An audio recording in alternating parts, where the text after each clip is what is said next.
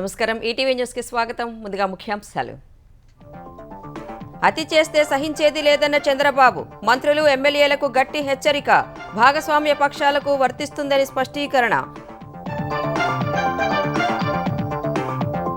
అక్రమంగా కేసు బనాయించారని ముంబై నటి ఆవేదన, న్యాయం చేయాలని ఏపీ ప్రభుత్వానికి నివేదన, ఐపీఎస్ల పాత్రపై సిఐడి ఆరా. అత్యధికంగా మేలు జరిగేలా RRR అలైన్మెంట్, భూ సమీకరణ వేగవంతం చేయాలని సీఎం ఆదేశం, అదనపు పరిహారం ఇచ్చే అవకాశం పరిశీలించాలని సూచన. త్వరలో జూనియర్ కళాశాలల్లో 2280 తాత్కాలిక ఉద్యోగాలు భర్తీ, తెలంగాణ సర్కార్ నిర్ణయం, అనుమతి మంజూరు చేసిన ఆర్థిక శాఖ.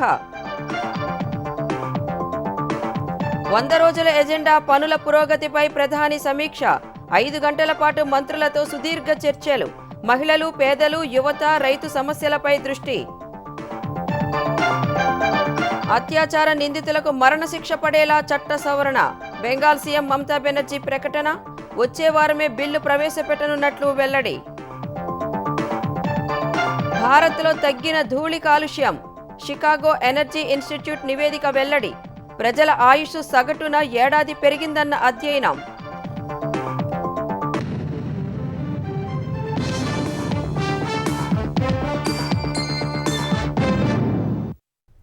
కొందరు మంత్రులు, ఎమ్మెల్యేలు, వారి కుటుంబ సభ్యులు వివాదాలకు కేంద్ర బిందువులుగా మారుతుండడం, అధికార దర్పం ప్రదర్శించడంపై ముఖ్యమంత్రి చంద్రబాబు ఆగ్రహం వ్యక్తం చేశారు. అలాంటి చర్యలు సహించేది లేదని హెచ్చరించారు.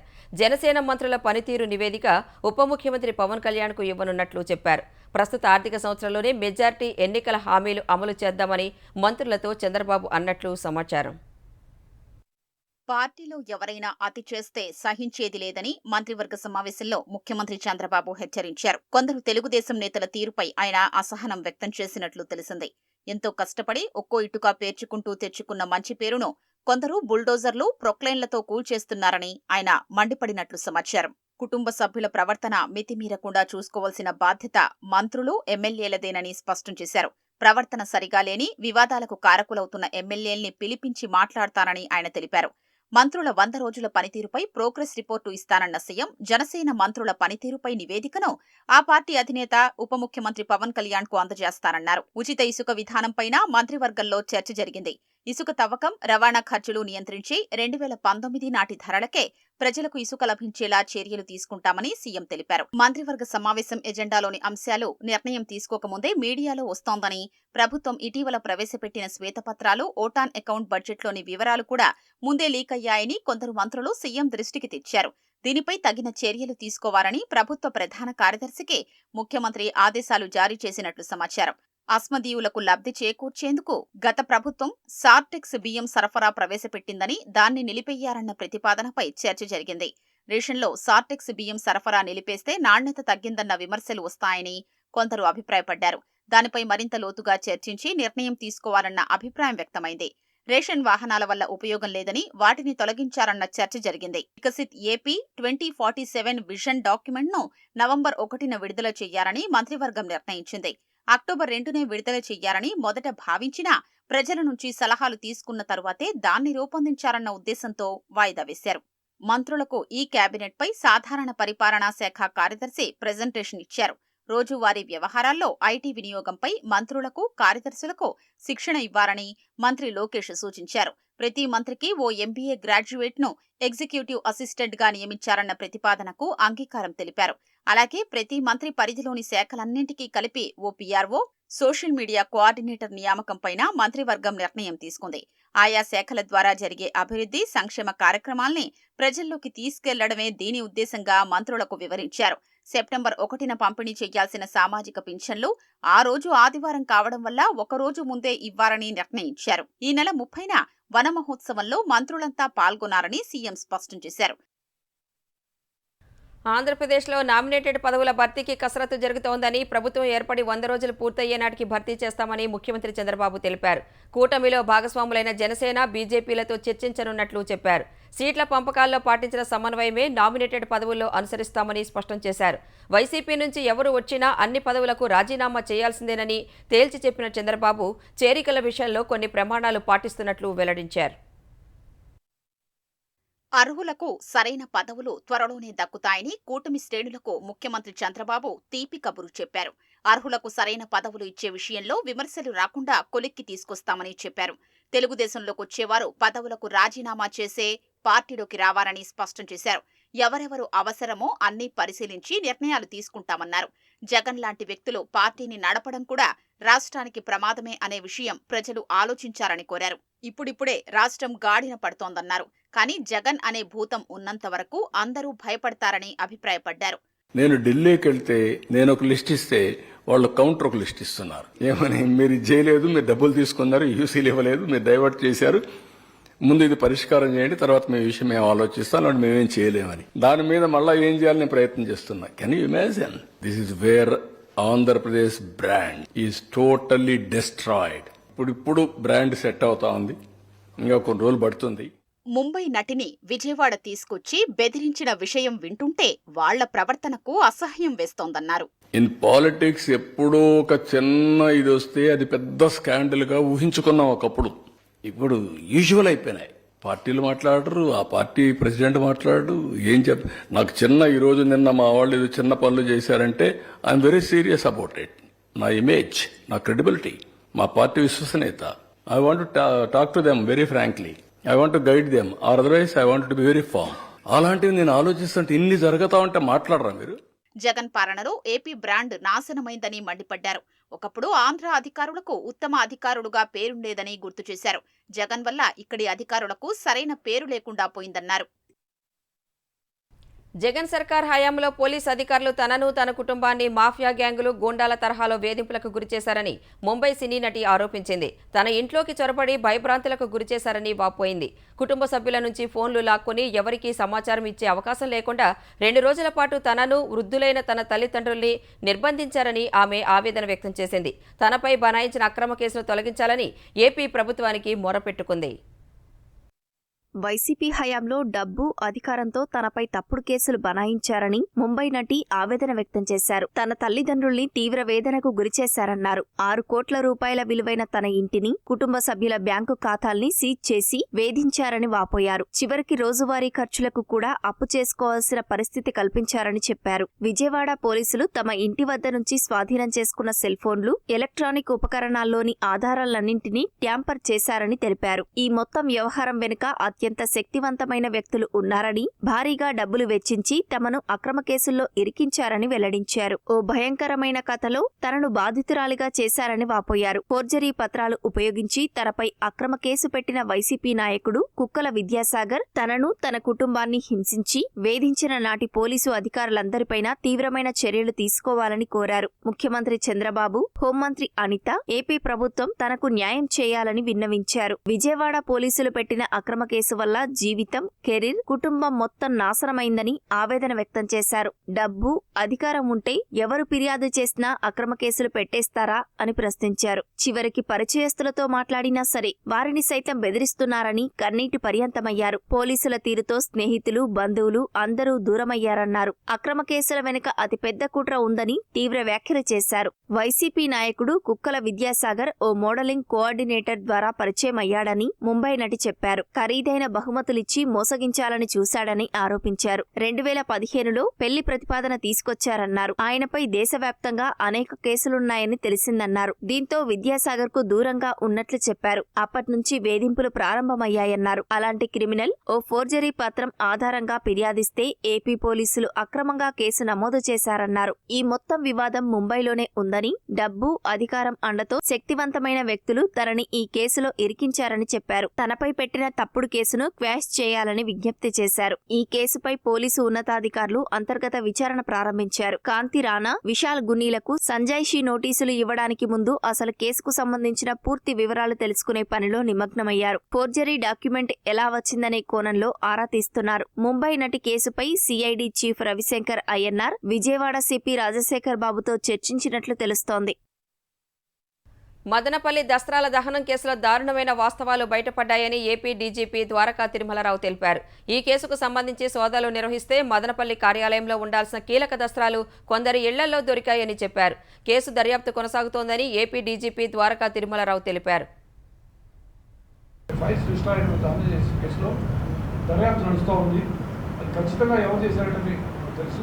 దాని వెనక ఉన్నది ఎవరు చేయించుంటారనే విషయం ఆలోచిస్తూ ఉన్నాం. ఆ దహనం కేసులో వాటికి లింక్డ్ కింద కొన్ని సెర్చెస్ చేశాం. చాలా ఆశ్చర్యకరమైన ఫైల్స్ ఎవరెవరో ఇళ్లలో దొరికి ఆఫీస్లో ఉండాల్సిన ఫైళ్ళు ఇళ్లలో ఎందుకున్నాయి, లేదా ప్యారల్ ఫైల్లో రన్ చేస్తున్నారు ఏంటి, దానికి సంబంధించిన ఆర్థిక లావాదేవీలకు సంబంధించి కూడా కొన్ని జాగ్రత్తలు ఉంటాయి. అవన్నీ కూడా బయటకు తీసినట్లయితే ఇంకా దాని గురించి ఇంకా తూర్పుగా దర్యాప్తు చేయవలసి ఉంది. రీజనల్ రింగ్ రోడ్ దక్షిణ భాగం అలైన్మెంట్ తెలంగాణ ప్రయోజనాలను పరిరక్షించే విధంగా ఉండాలని సీఎం రేవంత్ రెడ్డి సూచించారు. ఓఆర్ఆర్ నుంచి RRR వరకు రేడియల్ రోడ్ల నిర్మాణానికి సంబంధించి భూ సమీకరణ వేగవంతం చేయాలని అధికారులను ఆదేశించారు. డ్రై పోర్టుతో బందరు కాకినాడ రేవుల అనుసంధానంపై అధ్యయనం చేయాలన్నారు. అటవీ ప్రాంతాల్లో నైట్ సఫారీలకు కార్యాచరణ ప్రణాళిక రూపొందించాలని సీఎం సూచించారు.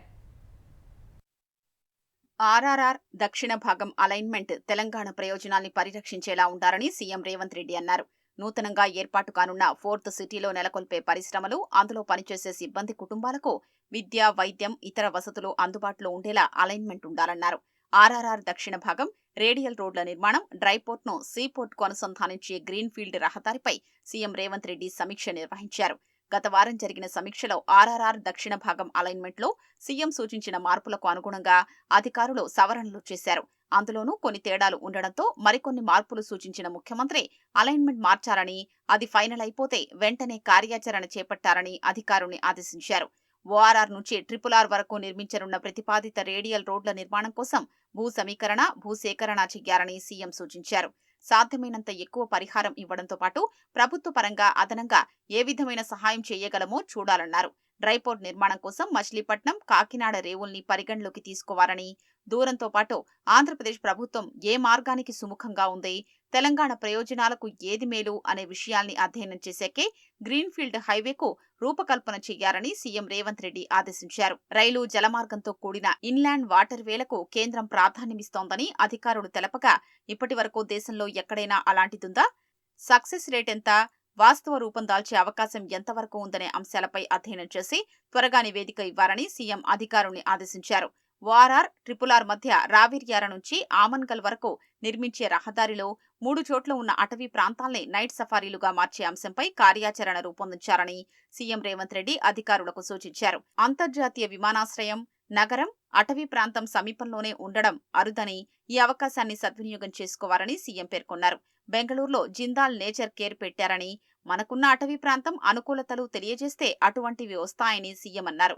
4th సిటీలోని పరిశ్రమలకు అటవీ ప్రాంతాల్ని అనుసంధానిస్తే అభివృద్ధికి అవకాశం ఉంటుందని, అమెరికాలో యాపిల్ పరిశ్రమ యాపిల్ తోటలో ఉన్న విషయాన్ని ప్రస్తావించారు.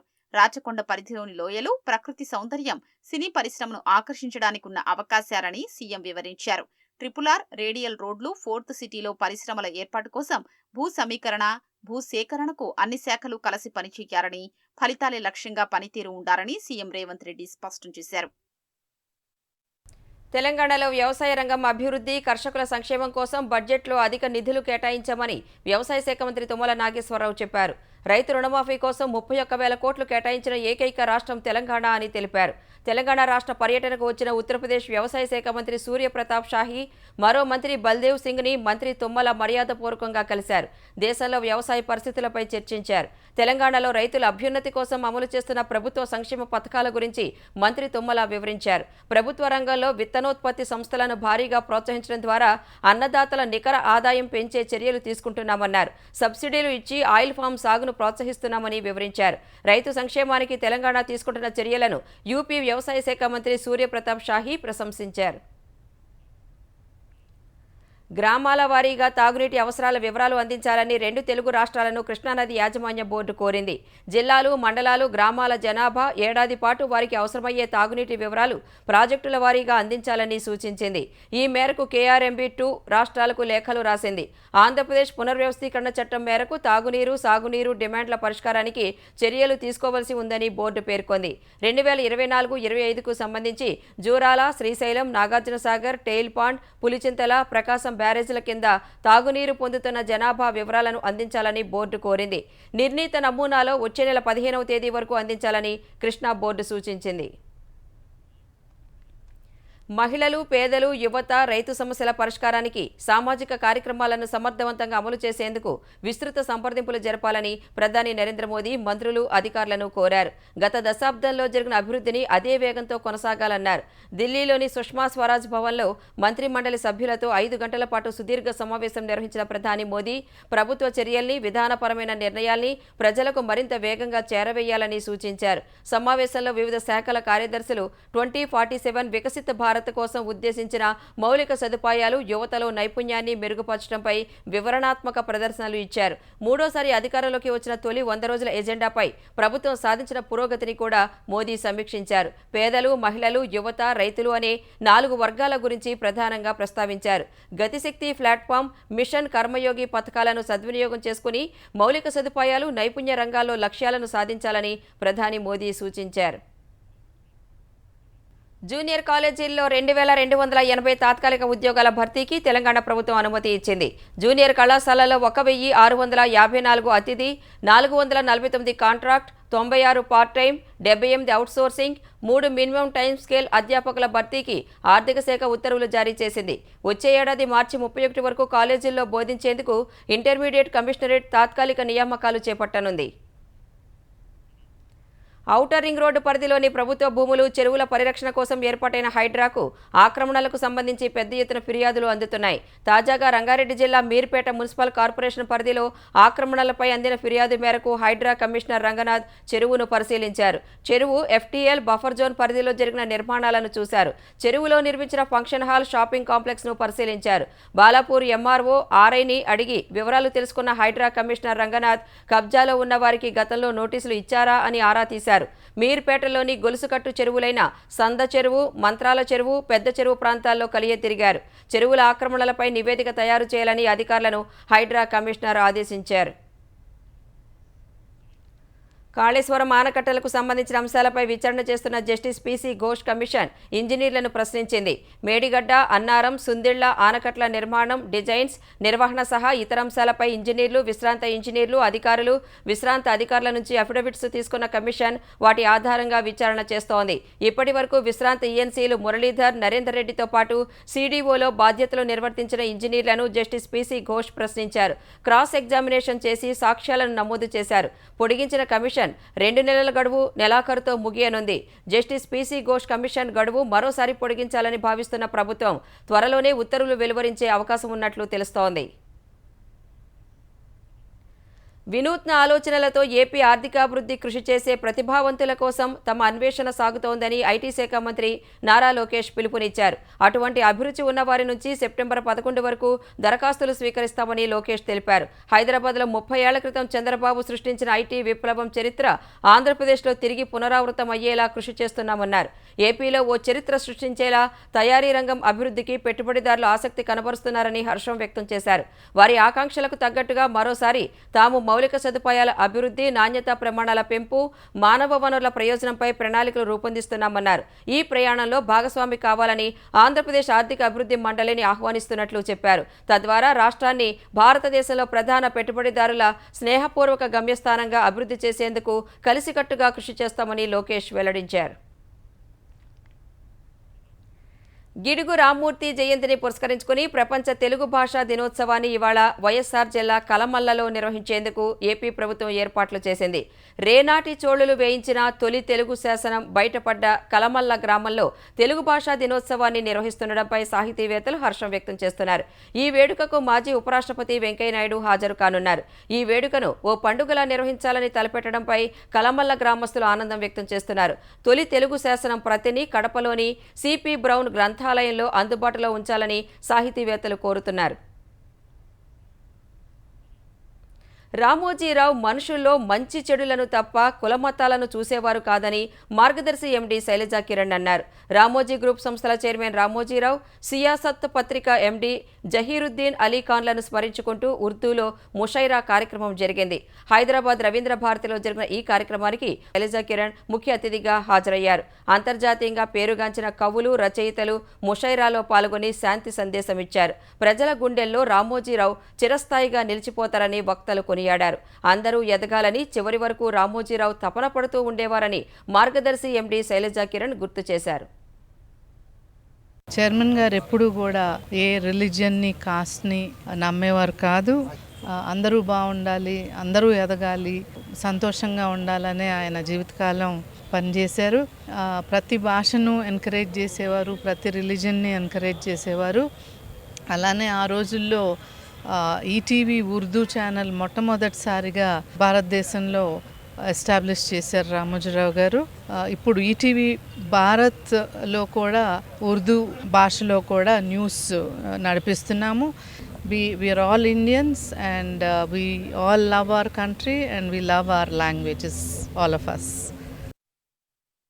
అత్యాచార ఘటనలను ఏమాత్రం సహించబోమని పశ్చిమ బంగాల్ సీఎం మమతా బెనర్జీ స్పష్టం చేశారు. ప్రస్తుత చట్టాలను సవరించి అత్యాచార నిందితులకు మరణశిక్ష పడేలా చట్ట సవరణ చేస్తామన్నారు. అందుకోసం అసెంబ్లీలో వచ్చే వారం బిల్లును ప్రవేశపెట్టనున్నట్లు తెలిపారు.